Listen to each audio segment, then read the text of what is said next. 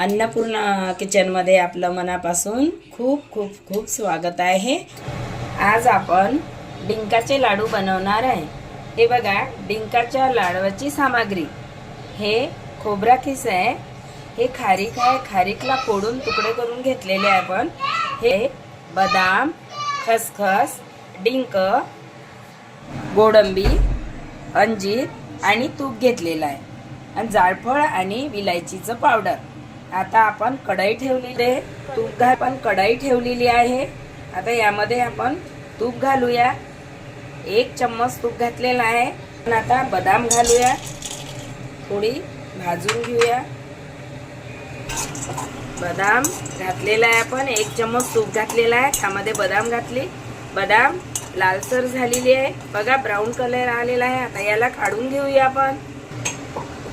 बदाम आता भाजून घेतलेली आहे, याला ब्राऊन कलर आलेला आहे, बघा याला काढूया आपण। आता काजू घालूया, 1 चम्मच तूप घातलेला आहे, त्यामध्ये काजू थोडा असा परतून घ्यायचा आणि थोडा लालसर ब्राऊन कलर येऊ द्यायचा, त्याला असं परतत राहायचं, म्हणजे खमंगीत लाडू बनणार आपले। बघा याला थोडा थोडा ब्राऊन कलर आलेला आहे, हे बघा। आता याला काढून घेऊया। त्याचप्रमाणे सगळी सामग्री आपण भाजून घेऊया अशी।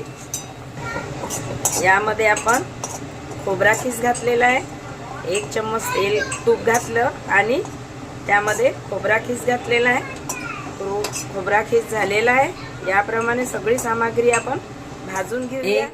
1 वाटी गूळ घेतलेला आहे बारीक, आणि जायफळचा पावडर, हे सगळी सामग्री हे बारीक केलेली आहे, आपण एकत्र केलेली आहे। आणि डिंक तळून घेतलेला आहे, त्याला बारीक केलेला आहे।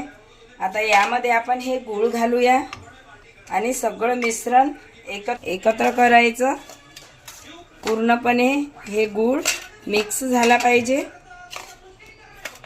आता हे मस्त मिक्स झालेलं आहे, बघा छान। हे बघा 2 चम्मच तूप घालूया आपण यामध्ये, 2 चम्मच तूप घातलेलं आहे, तुपाला मिक्स केलं आणि आता लाडू बनवूया, पूर्ण लाडू बनवूया। हे बघा, बघू शकता मस्त लाडू बनलेला आहे, छान। हे रेसिपी खूप वेळा तरी तुम्ही ट्राय करा। प्लीज माझ्या चॅनलला सबस्क्राईब करा, लाईक करा आणि बेल आयकॉन दाबायला विसरू नका।